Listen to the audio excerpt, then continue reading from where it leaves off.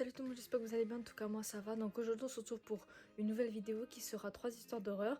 Donc j'espère que ça vous plaira. Et donc surtout n'oubliez pas à vous abonner, à liker, commenter et partager. Et moi je vous dis le mois prochain pour une autre vidéo. Bisous.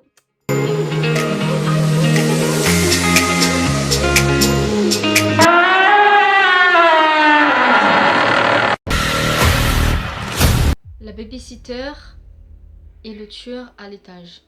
Windermere, Royaume-Uni, 1992. Hélène a 16 ans et se rend à babysitting.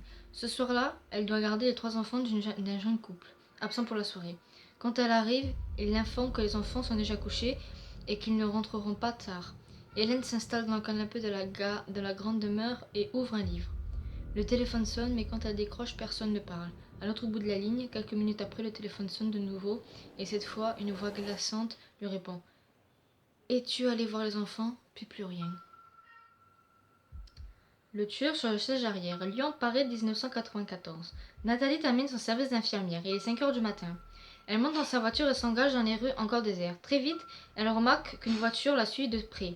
Au moment de la dépasser, les voitures se rabattent violemment derrière Nathalie et commence à lui faire des appels de phare. La jeune infirmière accélère, anxieuse, tout en essayant d'apercevoir le conducteur du véhicule de son rétroviseur. Les appels de phare continuent, elle tourne à droite, puis à gauche, la voiture la suit. Nathalie commence à paniquer. Que lui veut donc cette personne?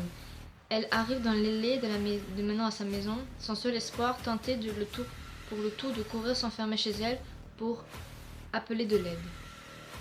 La voisine. Un jeune homme habite dans un immeuble. Une nuit, quelqu'un frappa à sa porte. Il se leva et va ouvrir. Une jeune femme se tient là. Il lui demande si elle peut passer la nuit chez lui parce que son conjoint la frappe. Elle le rassure en lui disant qu'elle a appelé sa famille et qu'ils viendront la rechercher demain matin, à la première heure.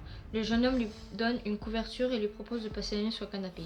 À son réveil, la couverture est pliée sur le divan et la jeune femme est partie. Il se prépare et part travailler.